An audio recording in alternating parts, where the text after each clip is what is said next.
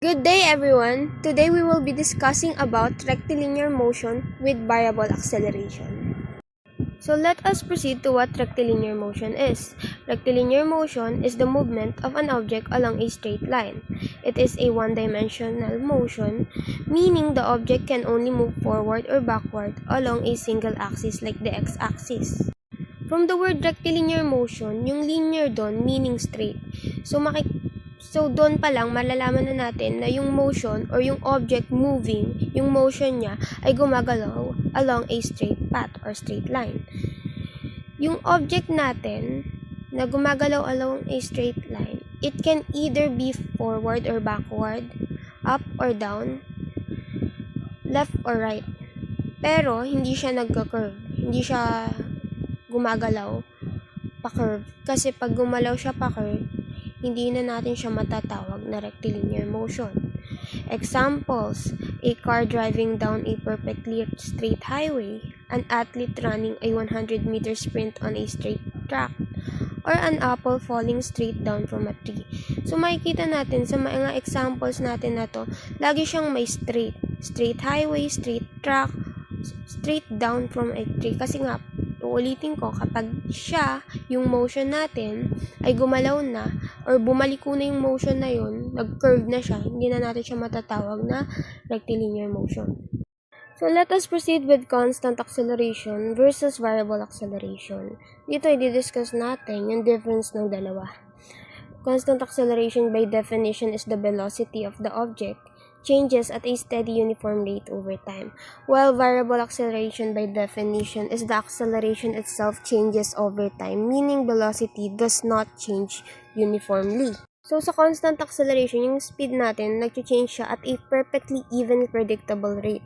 Every second na nagpapass, yung speed natin, nag-i-increase siya or decrease siya by the exact same amount. Ang example natin dito is kapag nag-drive ka ng kotse, syempre mag-start ka at 0 km per hour.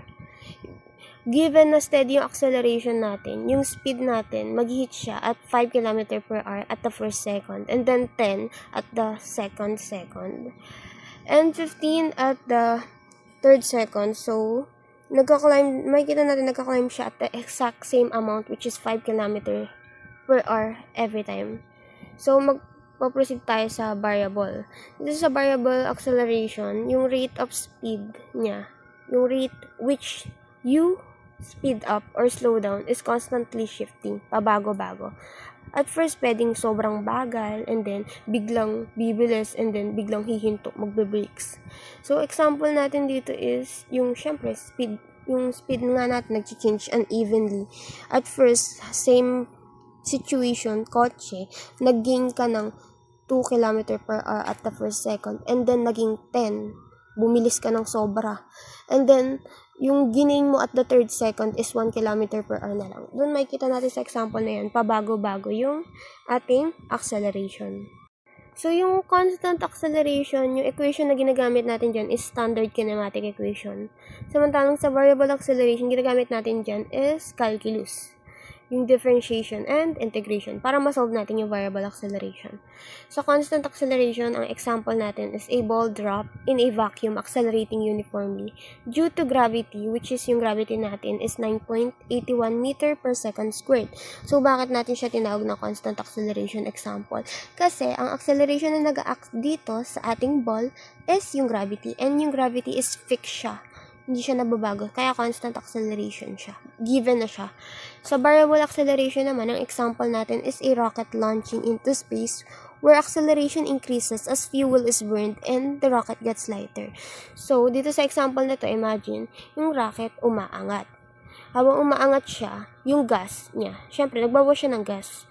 Tapos, habang nagbabawas siya ng gas, mas gumagaan siya. And, habang gumagaan siya, mas bumibilis yung rocket kasi nga nababawasan yung bigat niya. Doon, makikita natin na nagbabago yung acceleration kasi nga mas bumibilis siya. Kaya matatawag natin siyang variable acceleration. So, let us proceed with the core concepts. We have 3 core concepts. Displacement, symboled as S or X, defined as the change in position of an object relative to a reference point. So, displacement tracks your change in position from a starting point, including direction. it is not the same as the total distance. Imagine, naglakad ka sa harapan ng ano. Ito yung example natin to. Naglakad ka, starting from your front door, naglakad ka papunta sa gate mo by 10 meters. And then, bumalik ka by 4 meters. So, yung total distance na na-travel mo is 14 meters. Pero, yung displacement mo is 6 meters. Kasi, from your reference point, 6 meters lang yung naging displacement mo. From where you started. So, let us proceed with the second core concept, which is velocity. Symbol as b is defined as the rate of change of displacement with respect to time. So, velocity is how fast your displacement changes at one exact snapshot in time. So, isipin natin, yung velocity natin, ito yung pagbabago nga ng displacement natin na minsan sobrang bilis, kailangan na natin gamitan ng calculus. And ito yung first derivative ng displacement with respect to time. Ito yung v is equal to the derivative of displacement with respect to time, ds over dt. So, sa pangatlong core concept naman tayo, which is acceleration. Ang symbol niya is a, and it is defined as the rate of change of velocity with respect to time. So, dito mapapansin natin medyo nakakalito siya kasi parehas lang rate of change. Pero makikita natin yung velocity kasi rate of change of displacement. Samantalang yung acceleration, rate of change of velocity with respect to time. So, makikita natin parang second derivative lang siya ng displacement. So, dito, yung acceleration, it is the rate at which your velocity changes. Siyempre, if you are speeding up, slowing down, or changing direction, you are accelerating. So, mathematically, it is the derivative of velocity, which also makes the second derivative of displacement. So, kung i-analyze natin to, kunwari isa kang passenger sa isang jeep. So, kapag yung driver, ini-speed up niya, kunwari nagmamadali, yung physical force na magpupush sa'yo pabalik dun sa upuan mo is yung feeling of acceleration. Proceed tayo sa real-life examples of variable acceleration. The first real-life examples is a rocket launching into space as it burns fuel and loses mass. So, ito yung example din natin nung una. So, explain ko na lang siya ulit. So, syempre, kapag yung rocket natin, ulitin natin, nag-launch siya. When a rocket first takes off, it is incredibly heavy because it is packed with fuel. Pero as it flies and it burns up tons of fuel every second, yung rocket natin dito is nagiging lighter. Because the engine push the same massive force, but the rocket's weight keeps dropping. Nag-i-speed up siya. Drastically faster the higher it goes. So, yung acceleration dito, nagko-continually climbing. So, doon makikita natin na isa nga siyang real-life example of variable acceleration. So, pangalawang example is a car driving through a heavy traffic, constantly braking and speeding up. So, dito sa example na to, nagamit na rin siya dun sa, I think, sa unang example. So, ito rin, makikita dito na nagbabago yung acceleration niya, kaya siya naging variable acceleration. Nagko-constantly braking and speeding up siya, na hindi uniform yung pag-accelerate niya, pabago-bago.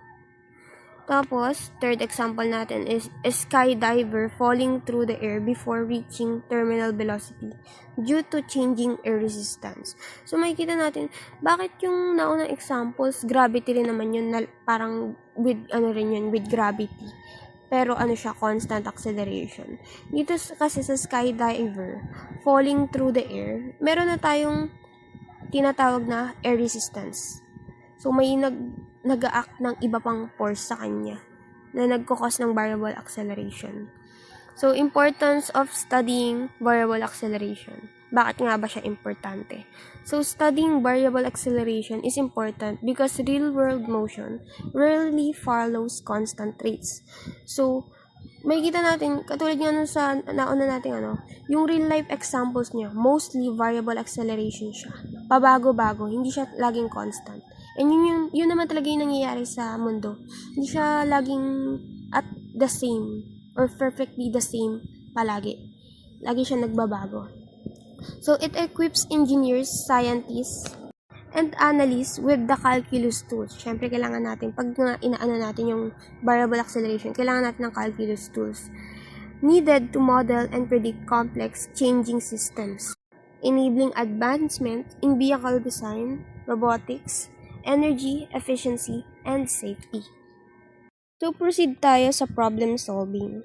So, kapag nagsisolve tayo ng problems, first is kailangan nating i-identify yung motion type. Yung motion type na yon is ida-determine natin if yung acceleration ba is constant or variable. And titignan natin kung paano siya nare-relate sa time. So, kapag constant variable, mostly given yan, constant number. Example niyan, kunwari yung gravity, 9.881 meter per second squared. Basta yung constant natin dyan, laging acceleration and mostly given siya kapag nagbibigay ng problem. In terms naman na variable acceleration, mostly ang given nito kapag tinitignan na sa problem is yung given siya as a function of time, given siya as an equation or function of time. So, dito naman tayo sa finding displacement, velocity, and acceleration using calculus. First, kapag given natin yung displacement and hinahanap natin yung velocity or acceleration, so kailangan natin gumamit ng differentiation.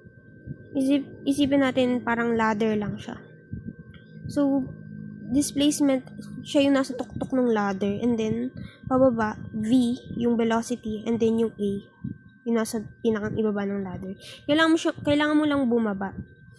So, gagamitin mo yung displacement, and then, di-differentiate mo siya. Makuha mo yung velocity, and then, pag dinifferentiate mo ulit yung velocity, makuha mo yung acceleration. Kaya yung acceleration, tinawag siyang second derivative ng displacement.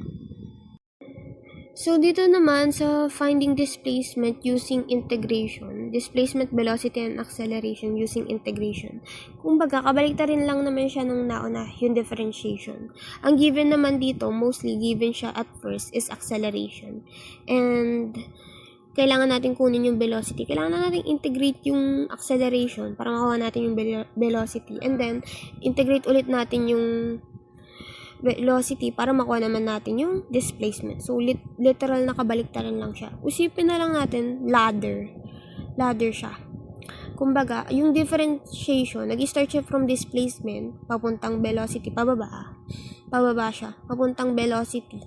And then, papuntang acceleration. So, pagdating naman sa integration, paakit naman siya. Acceleration, and then velocity, and then displacement.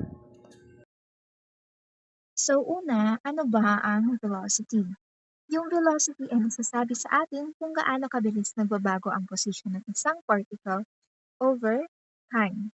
Mathematically, ito ay ds over dt, yung derivative ng displacement with respect to time. Ang unit niya ay meters per second. So, what is acceleration? Ang acceleration ay ang nagsasabi sa atin kung gaano kabilis nagbabago ang velocity. Ito ay dt over dt, yung derivative ng velocity with respect to time. Ang unit niya ay meters per second squared. Ang direct relationship ng acceleration at ng velocity is that ang acceleration ang nagkokontrol kung paano magbabago ang velocity. Kung positive ang acceleration, nagbibilis ang particle. Kung negative, nagbabagal siya. At kung zero ang acceleration, constant na ang velocity. Hindi na nagbabago. Simple lang yung ideya, pero importante ito para sa susunod. Ngayon, may dalawang sitwasyon tayo. Una, kapag constant ang acceleration, yung basic kinematic equations natin ay sapat na. Pero kapag variable ang acceleration, ibig sabihin nagbabago siya over time at express siya as function of t, hindi na tayo makakaasa sa mga simpleng equation. Kailangan na natin ng integration para matrack kung paano nagbabago ang velocity. So this is our formula. Since acceleration is dv over dt, pwede natin i-integrate ang dalawang sides para ma-isolate ang velocity. Makukuha natin na ang velocity ay equal sa initial velocity plus yung integral ng acceleration over time. Basically, yung integration nag-add up ng lahat ng maliliit na changes sa velocity na dulot ng acceleration. Para mas malinaw, ganito ang flow natin sa bawat problem. Una, i-identify ang acceleration function na binigay. Pangalawa, i-integrate para makuha ang dt plus c. Pangatlo, gagamitin yung initial condition para masolve si c. At pang-apat, i-substitute yung required time para makuha ang final velocity.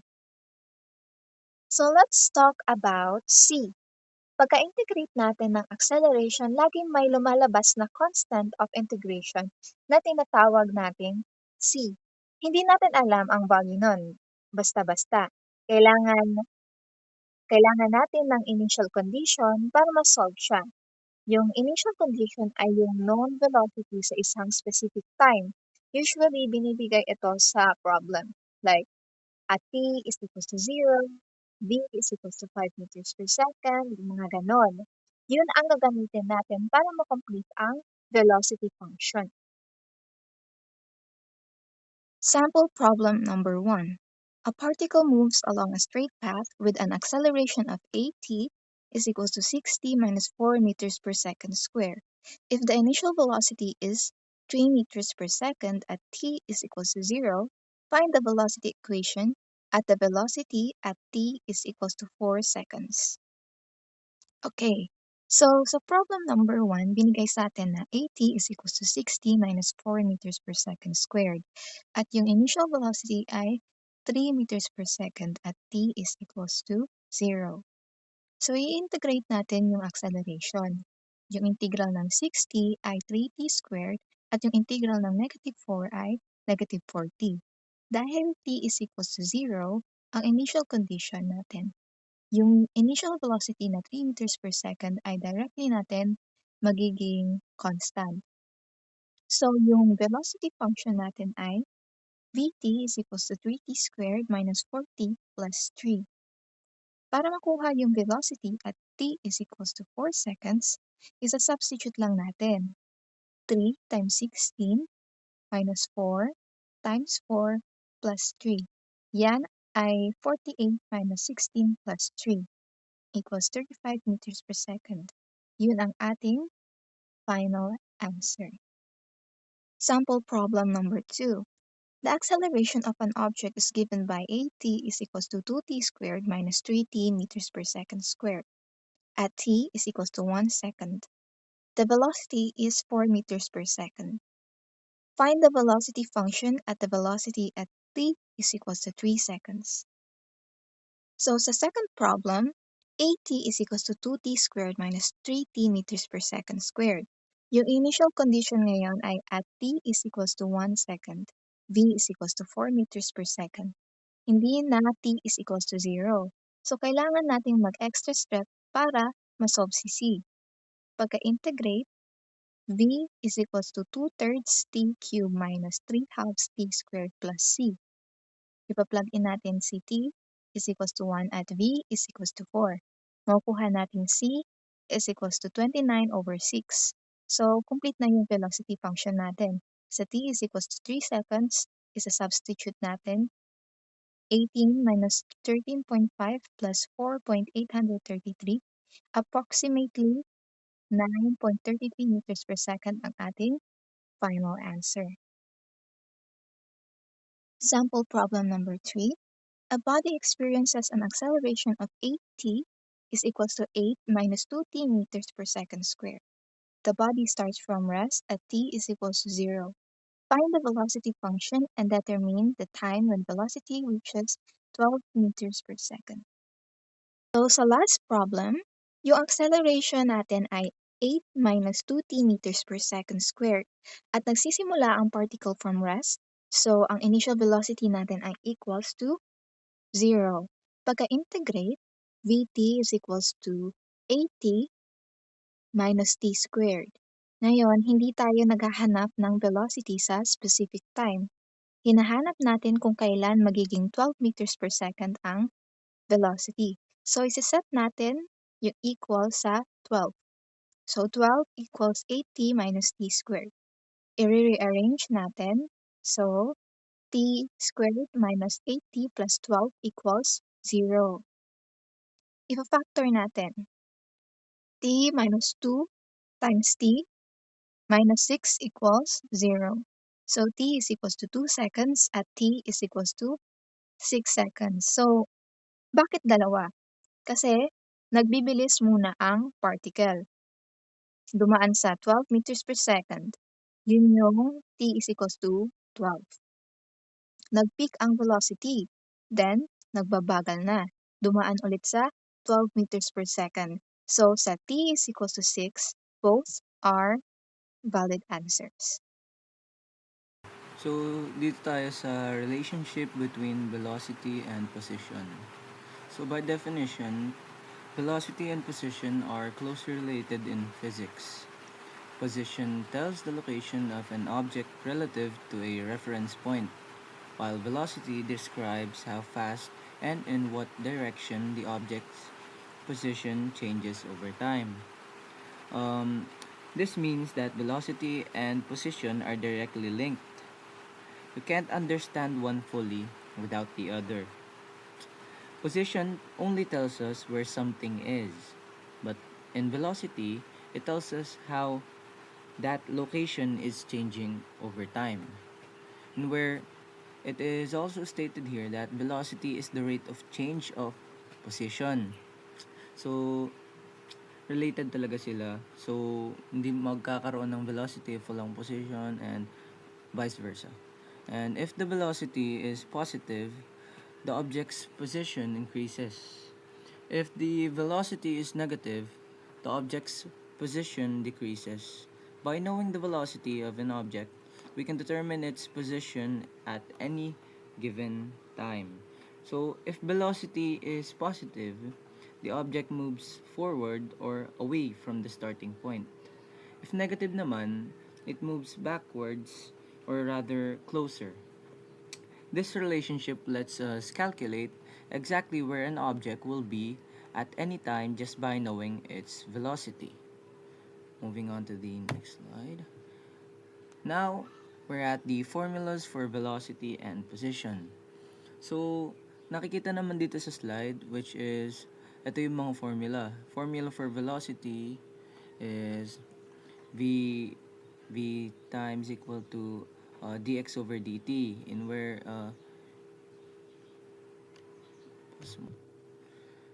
next is v of t is equal to velocity. So, pag sinabi natin v of t, so pertaining to velocity of course. And then next is x of t, which means position. So, alam naman nating lahat na yung t natin is time, of course. So, paano nga ba natin siya i-elaborate? So, these formulas show the mathematical connections between two quantities. The first formula, it tells us velocity is just how fast a position changes over time. And in the second formula, it works in reverse. If we know the velocity, we can integrate it to get the position. And the constant c is important because it accounts for where the object started, so we get the exact position, not just the change in position. Whoop. Where's the next slide?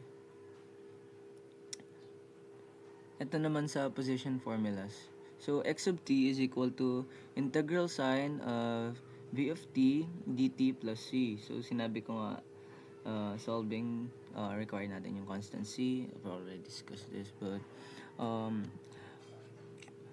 so, basahin ko na lang din. So, x of t is equal to the position, of course. Sabi nga kanina, v of t is velocity, and ito yung bago in where C is the constant for integration. Kasi pag nag integrate tayo, yung maglalabas na value is lalagyan natin lagi ng plus C, which is the constant for of integration rather.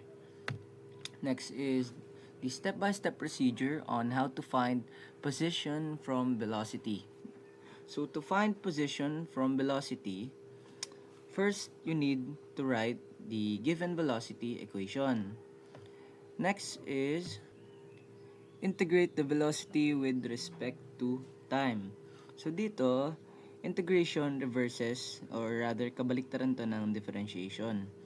So since the velocity is the rate of change of position, integrating velocity gives us the general form of the position function. Next is add the constant of integration, which is what we discussed on the past slide. So it is used with the symbol C. So every indefinite integral gives a constant C because integration tells us the change in position but not where the objects started. So C accounts for this unknown starting value. So next is use the initial condition to solve for C. So the initial position tells us where the object is at time is equal to 0. So substituting this into our equation, let us calculate the exact, or rather it lets us calculate the exact value of C. Last step is substitute C into the equation to obtain the final position equation.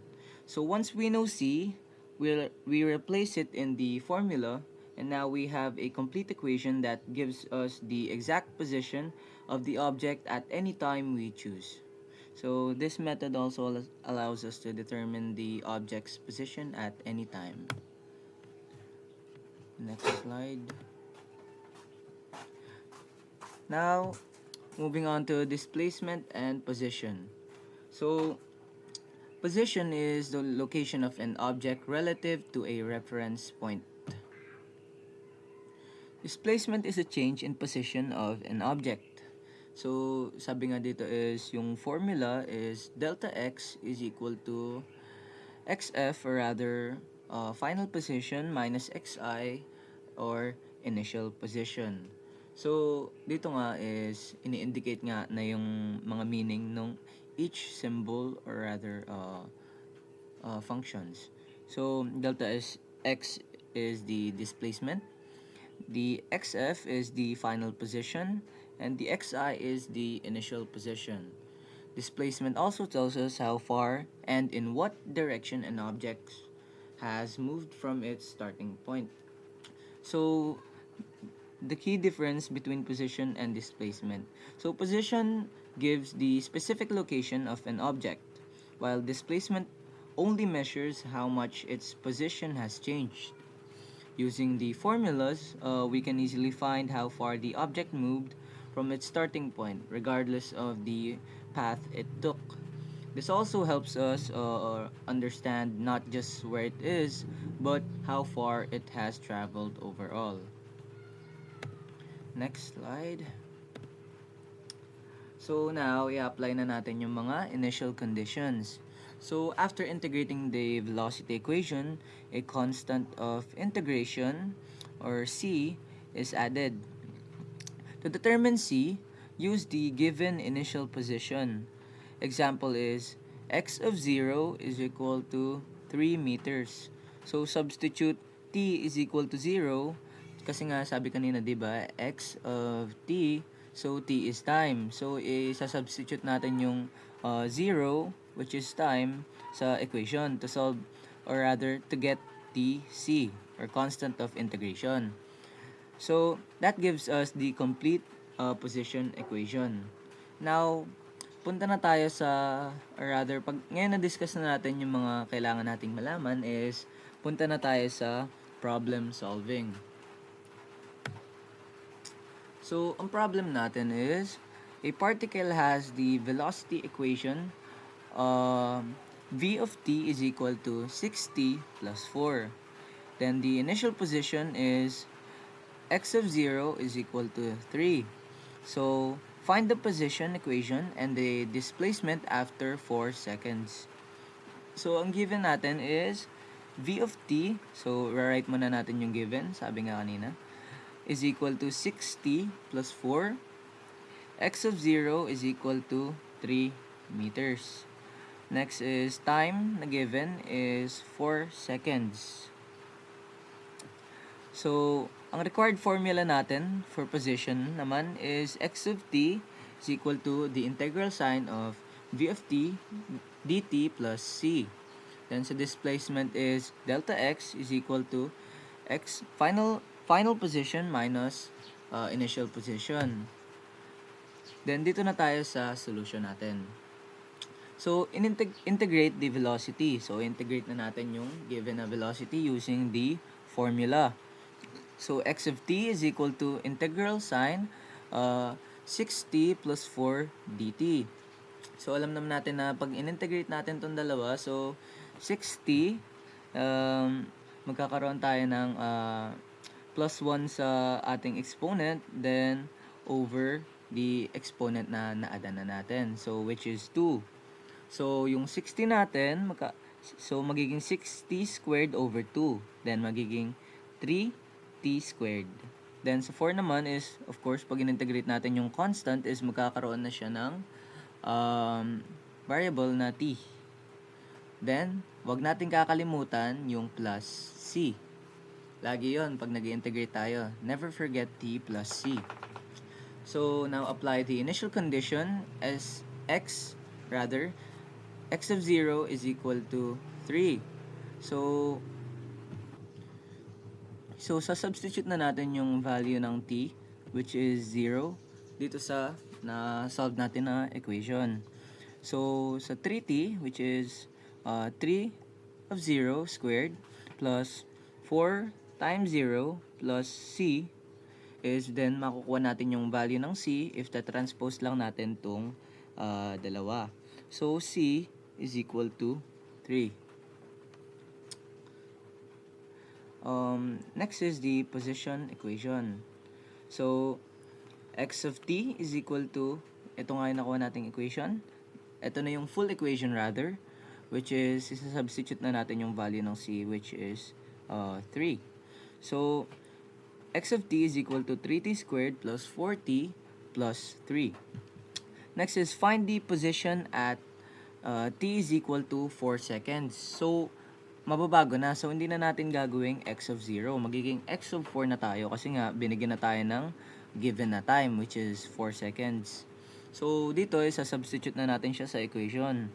So, x of 4 is equal to 3 times 4 squared plus 4 times 4 plus 3.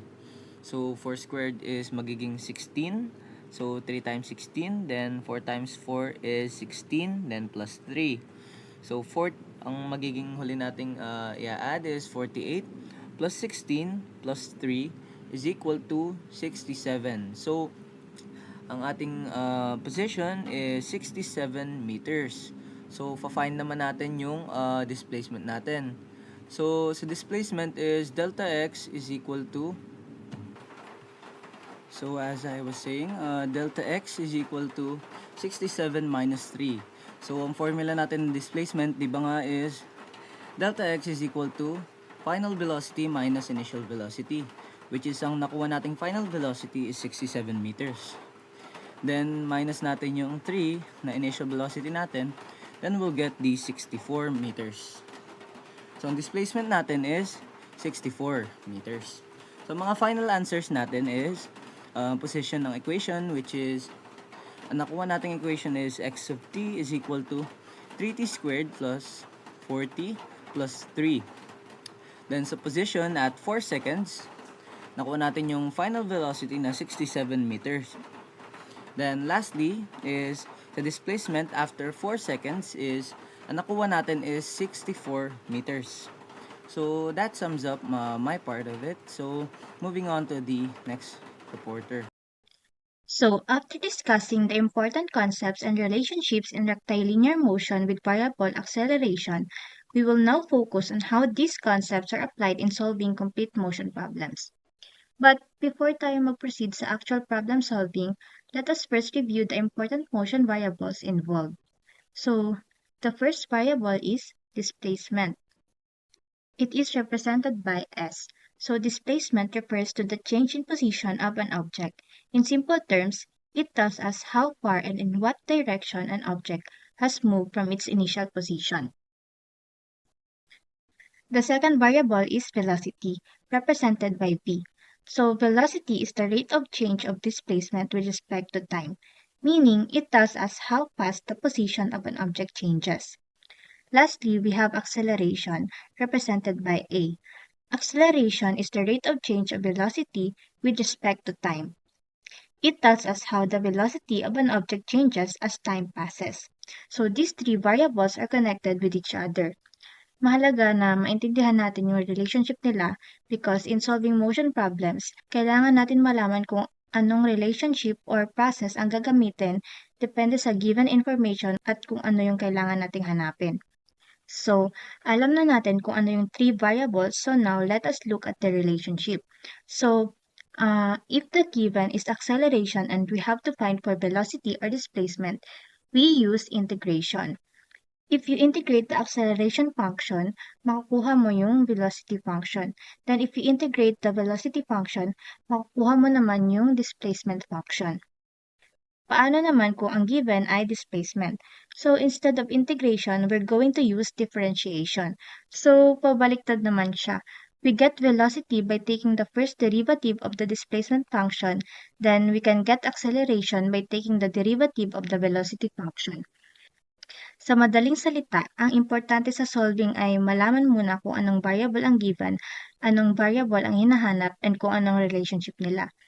Also, kapag gumagamit tayo ng integration, hindi natin dapat kalimutan yung constant of integration or yung plus c because kailangan natin ito kapag gagamit tayo ng initial conditions. Next, let us discuss the general process when solving variable acceleration problems. So, the first step is determining the known values and unknown values. So, before choosing any equation, kailangan muna nating maintindihan yung problem. Para mas mapadali yung pagsosolve, mas maganda na unang gawin is to list down the given information such as initial position, initial velocity, time, acceleration, or any other values provided.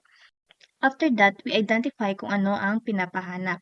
It could be velocity, displacement, acceleration, or time. This step is important because different given information requires different approaches. As we discussed earlier, magkakaiba yung process depending on the relationship between the variables.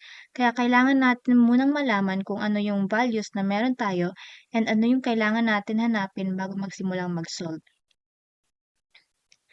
The second step is choosing the appropriate relationship. So, after identifying the given and unknown values, next natin na alamin kung ano ang relationship ng mga variables. So, hindi tayo basta pipili agad ng formula. Kailangan muna natin alamin ang relationship sa pagitan ng given at hinahanap. For example, kung ang given ay acceleration and kailangan natin hanapin ay velocity, gagamit tayo ng relationship between acceleration and velocity. Kung ang given naman ay velocity and kailangan natin hanapin ay displacement, ibang relationship naman ang gagamitin. So, once na ma-identify na natin kung anong variable ang given at kung ano yung kailangan nating hanapin, mas madali na nating malalaman kung differentiation or integration ba ang gagamitin. The third step is choosing the correct operation. So, in variable acceleration problems, ang madalas na ginagamit is differentiation and integration. If we move from displacement to velocity or acceleration, we use differentiation. If we move naman from acceleration to velocity or displacement, we use integration. The fourth step is applying the initial conditions. After integration, may lalabas na constant or yung tinatawag na constant of integration represented by c. Hindi natin pwedeng iwan yung c because kailangan natin malaman yung value nito para makuha yung final equation. Dito ginagamit yung initial conditions given in the problem. For example, binigay yung initial velocity, initial displacement, or position ng object. Gagamitin natin yung values na to para ma-solve yung constant c. Once makuha natin yung c, magiging complete na yung equation and pwede na natin gamitan para makuha yung final answer. Lastly, we solve for the required value and check if the final answer is reasonable. After natin piliin yung tamang relationship at gamitin yung formula, kukunin na natin yung unknown value. Pero bago natin i-finalize yung sagot, importante din na i-check natin kung logical ba yung nakuha natin. So, check natin kung tama ba yung units, kung reasonable yung nakuha na value, at kung match ba yung result sa situation na binigay sa problem. So, this step helps us identify possible mistakes and make sure na tama at consistent yung solution natin. Before tayo mag-proceed sa actual example, let us first review the important formulas used in rectilinear motion with variable acceleration. Sa ganitong type of motion, mahalaga na maintindihan natin yung relationship between the variables because the formula that we will use depends on what information is given and what we need to find. First is the relationship between acceleration and velocity. We have a is equals to dv over dt. This equation tells us that acceleration is the rate of change of velocity with respect to time. If we rearrange the equation, we get dv is equals to a dt. Then, by integrating both sides, makukuha naman natin yung velocity. So, it's v is equals to the integral of a dt. So, ginagamit natin tong relationship na to kapag ang given natin ay acceleration and time and ang hinahanap natin ay velocity. Next is the relationship between velocity and displacement. So we have v is equals to ds over dt. This means that velocity is the rate of change of displacement with respect to time. Ibig sabihin, pinapakita nito kung gaano kabilis nagbabago ang position or displacement ng isang object at a given time. Rearranging the equation, we have ds is equals to v dt, and integrating gives us the displacement s is equals to the integral of v dt. Ginagamit naman natin to kapag velocity ang given and kailangan natin mahanap ang displacement. Lastly, we also have another important relationship, ADS is equals to VDV. This relationship is useful kapag walang time na involved sa problem. So dito, acceleration is related directly sa displacement and velocity. So ito naman yung mga common mistakes na kailangan natin i-avoid sa pag-solve ng rectilinear motion with variable acceleration. So the first mistake is using constant acceleration formulas even when the acceleration is changing.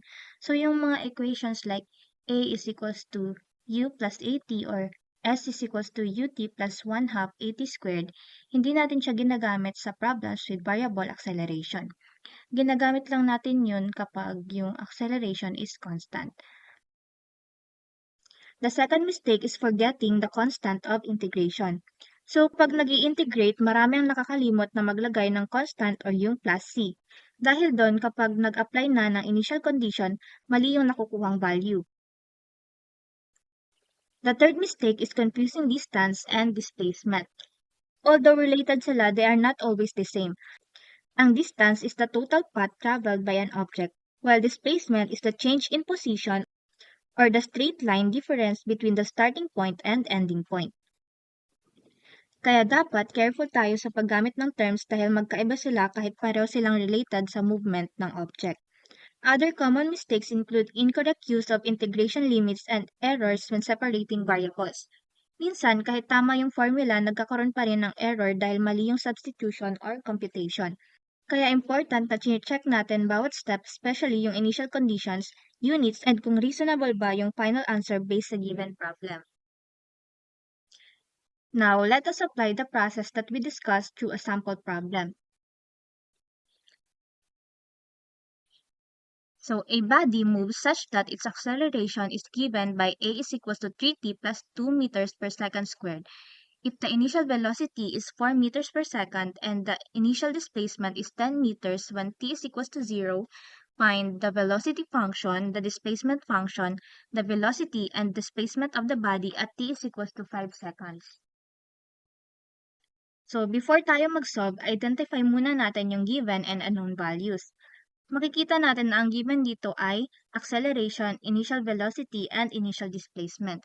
Meanwhile, ang kailangan natin hanapin ay velocity and displacement functions and their values at t is equals to 5 seconds. So, based sa process na diniscuss natin kanina, ipili muna tayo ng appropriate relationship before tayo mag-apply ng formula.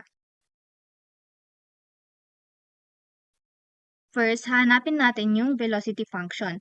Since ang given natin ay acceleration, gagamitin natin yung relationship between acceleration and velocity. Since a is equals to dv over dt, substitute natin yung given acceleration. So, magiging 3t plus 2 is equals to dv over dt na siya. Since ang goal natin ay makuha yung velocity, gagamit tayo ng integration. So, if we integrate acceleration, we have vt is equals to the integral of 3t plus 2 dt. And after integrating, makukuha natin yung velocity equation na vt is equals to 3 over 2t squared plus 2t plus c. Pero, hindi pa complete yung equation natin dahil kailangan pa natin hanapin yung value ng constant. Dito natin gagamitin yung initial velocity na given sa problem. So, isa-substitute lang natin yung initial velocity sa equation na nakuha natin kanina. So, magiging 4 is equals to 3 over 2 times 0 squared plus 2 times 0 plus c na siya.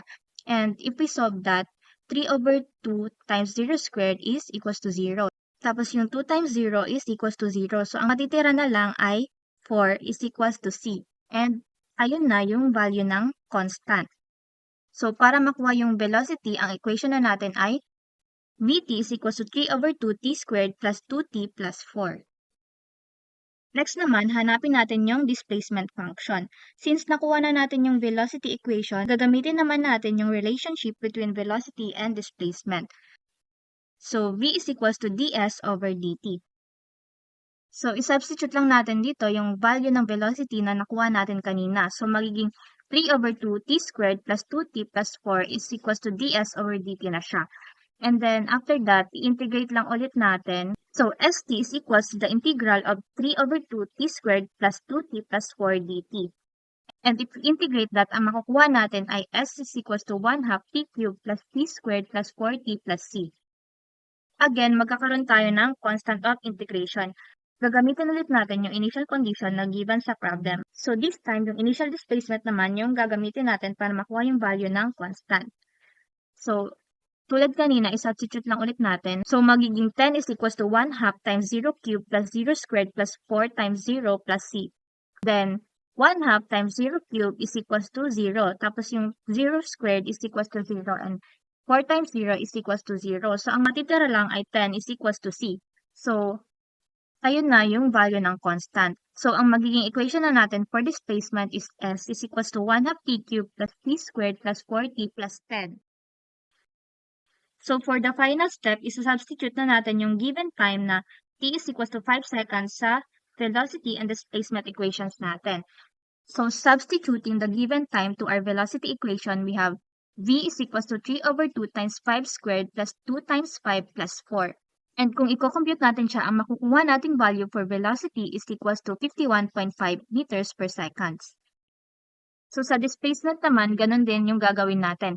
Isa-substitute natin yung given na 5 seconds sa equation ng displacement. So, we have s is equals to 1 half times 5 cubed plus 5 squared plus 4 times 5 plus 10.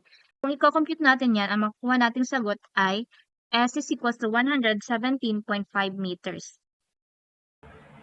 Good day, everyone. For the final part of our presentation, I will be discussing the summary of our topic, rectilinear motion with variable acceleration. We will quickly review the motion graphs, discuss real-world engineering applications, summarize the core formulas, and solve a comprehensive sample problem regarding variable acceleration. But before we proceed, let's briefly review the core concepts discussed by my group mates. As previously established, the rectilinear motion means an object moves along a straight line. However, unlike standard physics, where acceleration is constant, we are now dealing with variable acceleration, meaning the acceleration constantly shifts as a function of time, velocity, or position. Now, let's look at how these relationships reflect geometrically on motion. Let's review the geometric properties of motion graphs. Since we are dealing with variable acceleration, our graphs will exhibit curves instead of straight lines. Remember these rules.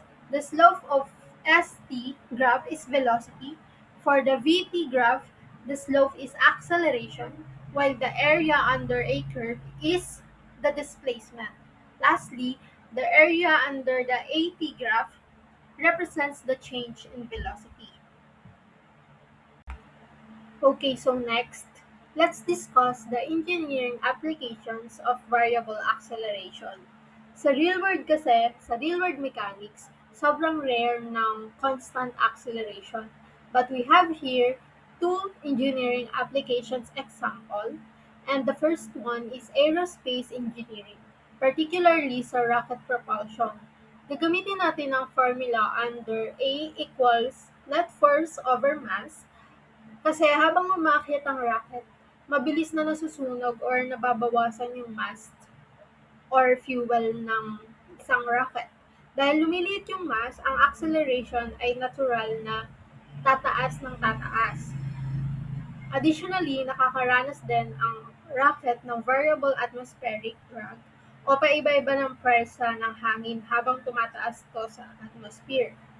The second major application naman ay automotive testing. Ang mga high-performance vehicles kasi ay hindi rin gumagalaw sa constant acceleration dahil sa mga variable forces tulad ng shifting gear efficiencies, pagbabago ng metal friction, at torque outputs ng makina sa magkakaibang speed. So dahil parehong dynamic at paiba-iba yung mga pwersang yan, kailangan natin gamitin yung calculus at integration or variable acceleration upang ma-model at ma-calculate yung exact speed at displacement ng engineering systems.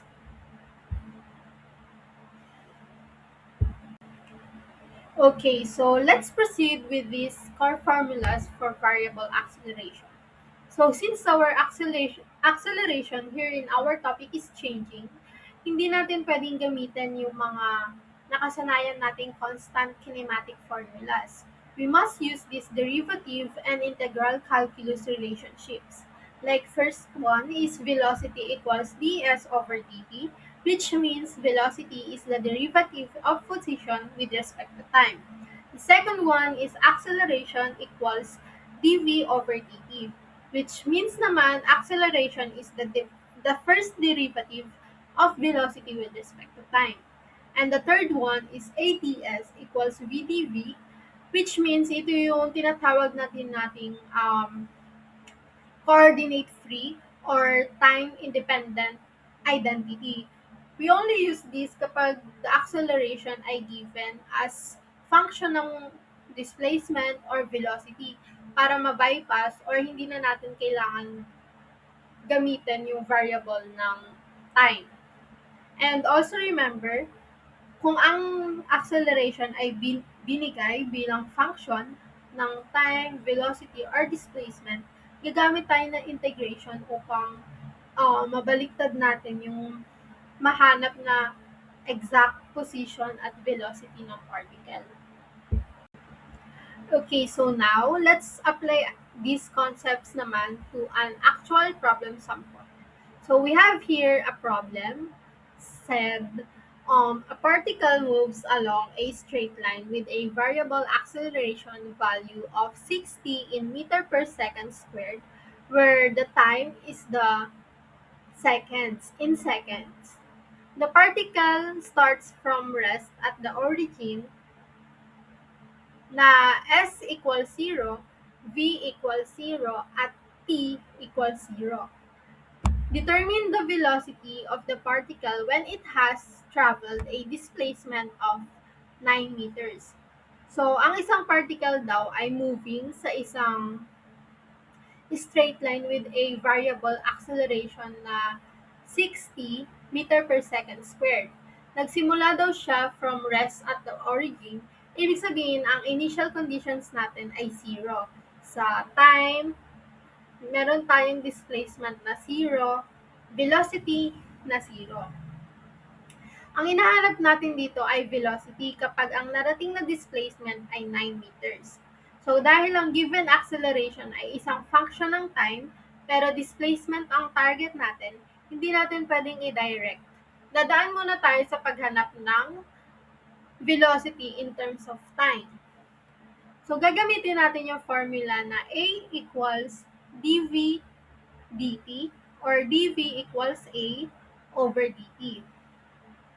So, i-integrate natin yung magkabilang side mula sa from limits na 0 to 0 para sa velocity at 0 naman para sa time. Ang integral kasi ng 6 dt gamit ang power rule ay magiging 60 squared over 2. So, kapag in-evaluate natin yung limits mula sa 0 to time at hinati yung 6 sa dalawa, syempre makukuha natin ang velocity function na v equals 3t squared. So, ngayon may velocity function na tayo. Proceed naman tayo sa susunod na slide para makuha ang displacement function. Okay, so since we have found the velocity function sa step 1, gagamitin natin yon to find the displacement function in terms of time. So, gagamitin natin yung formula na v equals ds over dt or ds equals v dt. So, i-substitute natin yung nakuha nating velocity function kanina na 3t squared, kaya magiging integral of 3t squared dt. So, if in-integrate natin yan gamit ang power rule, magiging 3t cubed over 3, cancel out yung 3, kaya ang displacement function natin ay t cubed. So, gamitin naman natin yan to find the time when the displacement is 9 meters. Since ang hinahanap natin ay velocity sa exact 9 meters, yung 9 meters yung gagamitin natin sa displacement equation natin na S equals T cube. Magiging 9 equals T cube siya. And kunin natin yung cube root both sides. And ang makukuha natin sagot ay 2.0801 seconds.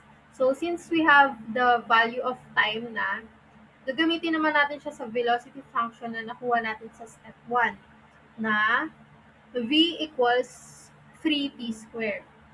So, ita-times natin yung 2.0801 sa self niya times 3 kasi squared, 3t squared. So, we have the final answer of velocity na 12.98 meters per second. And that's all. Okay, so after nating hanapin yung mga needed values sa problem number 1 natin, try naman natin gamitan ng kinematic graphs na pwedeng makapag-prove if tama ba yung naging logic ng formula ay ng solution natin kanina. So let's start with the acceleration or AT graph. Ang formula natin or we have the given function of acceleration na 60.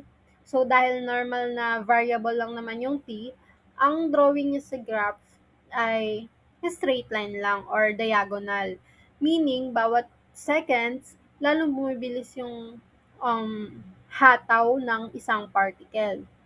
While the second graph is velocity.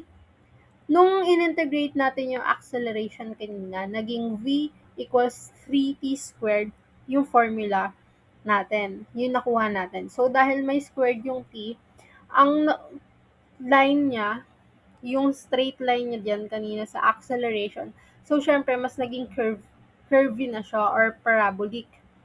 Ayan, yung may color yellow na, color blue, sorry, na shaded part sa ilalim ng velocity, yan yung displacement or distance na hinahanap natin kanina. Punta naman tayo sa displacement graph. So, nung nag-integrate naman tayo ng velocity, naging S equals T cube yung formula na nakuha natin. So, dahil naka-cube siya, mas naging matulis, mas naging mataas pa yung curve ng graph natin sa displacement. So, why? Dahil kapag nag-derivative tayo or slope, Kapag umaakyat tayo from displacement, pataas tayo ng acceleration. While kapag mag integrate naman tayo or area, bumababa tayo from acceleration patungo sa displacement. So, habang nag integrate tayo, ang drawing sa line ay syempre curve ng pa-curve kasi nadadagdagan ng degree ang exponent ng oras. Okay, so proceed naman tayo sa next sample problem, which is an application in automotive engineering.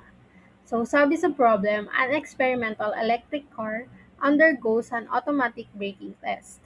Its deceleration is governed by the equation negative 0.5 t squared in meter per second squared, where t is the time in seconds. The vehicle has an initial velocity at 24 meter per second at time 0. So, determine the velocity daw of the vehicle after 4 seconds. So, we have the given values of acceleration, initial velocity, time, and the time initial. So, dahil ang given acceleration natin ay isang function ng time at yung velocity naman ang hinahanap natin, we will use the basic calculus identity na dv equals adt. So, proceed tayo sa solution. Isa-set up natin ang definite integrals gamit ang ating boundary limits from 24 to v para sa velocity and 0 to 4 naman para sa time. So, after nyan, gagamit tayo ng power rule para i-integrate ang magkabilang side while the integral ng dt ay magiging v mula 24 to v, kaya magiging v negative 24. Sa kabilang side naman, ang integral ng negative 0.5 t squared ay magiging negative 0.5 t cube over 3 from 0 to 4. So, syempre, i-evaluate natin yung limits yung nasa gilid. Ipapasok natin yung 4 sa variable ng t, kaya magiging negative 0.5 times 4 cube divided by 3. So, makukuha natin sagot dyan ay approximately negative 10.67. So, syempre, i-isolate natin yung velocity. Lilipat natin ng negative 24 sa kabilang side. Kaya magiging positive yan na 24, negative 10.67. And ang final answer ay 13.33 meter per second. So, yun yung bilis ng car pagkatapos ng 4 seconds. Okay, so for the last example naman that we have here, ipapakita naman ito yung application nito sa civil and hydraulic engineering. So the scenario that we have here is in a water treatment plant, sediment particles settle in a deep tank. Due to changing fluid density and drag, a particle's acceleration is dependent on its depth, with 0.2 seconds plus 2 in meter per second squared. If the particle starts at the water surface with an initial velocity of 1 meter per second, determine its velocity when it reaches a depth of 5 meters. So, sa scenario naman daw na ito ay sa isang wastewater treatment plant, ang mga sediment particles ay hinahayaang mag-sink or lumubog sa isang settling tank. So, dahil nag-change yung density ng tubig at ang drag force habang umiilalim, ang acceleration ng particle ay nakadepende syempre sa depth or sa lalim ng position. So, gamit ang equation na 8 equals 0.2 s plus 2, ang particle ay nagsimula sa surface kung saan ang s is equals to 0. And we have also that initial velocity na 1 meter per second. So, hanapin natin ang velocity kapag ang lalim na inabot na daw ay 5 meters. So, if mapapansin nyo yung acceleration function natin, dependent siya sa position or sa letter S. At velocity naman yung hinahanap natin. So, because wala tayong variable ng time dyan, gagamitin natin yung coordinate-free or time-independent identity na ADS equals VDV. So, para sa solution, isi-set up natin ulit yung integrals gamit ang limits natin na 0 to 5 para sa displacement and 1 to V para sa velocity. And i-integrate natin gamit ang power rule ang both sides. Ang integral ng 0.2s plus 2 ay magiging 0.1s squared plus 2s. Sa other side naman, ang integral ng v ay magiging v2 or v squared over 2.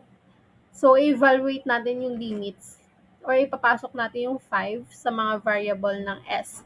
So, 0.1 times 5 squared plus 2 times 5. Ang makukuha nating total sa left side ay 12.5, while on the other side naman, magiging v squared over 2 minus 0.5. And para ma-isolate natin yung velocity or yung letter v, ililipat natin yung 0.5, negative 0.5 sa left side. Kaya magiging 12.5 plus 0.5, which is equals to 13.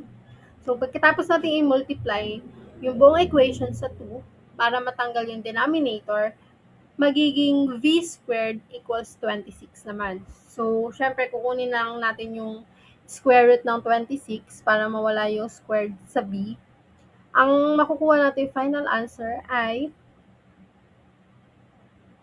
5.10 meter per squared. So, meaning yun yung velocity ng particle sa ilalim ng 5 meters. Yan lang po.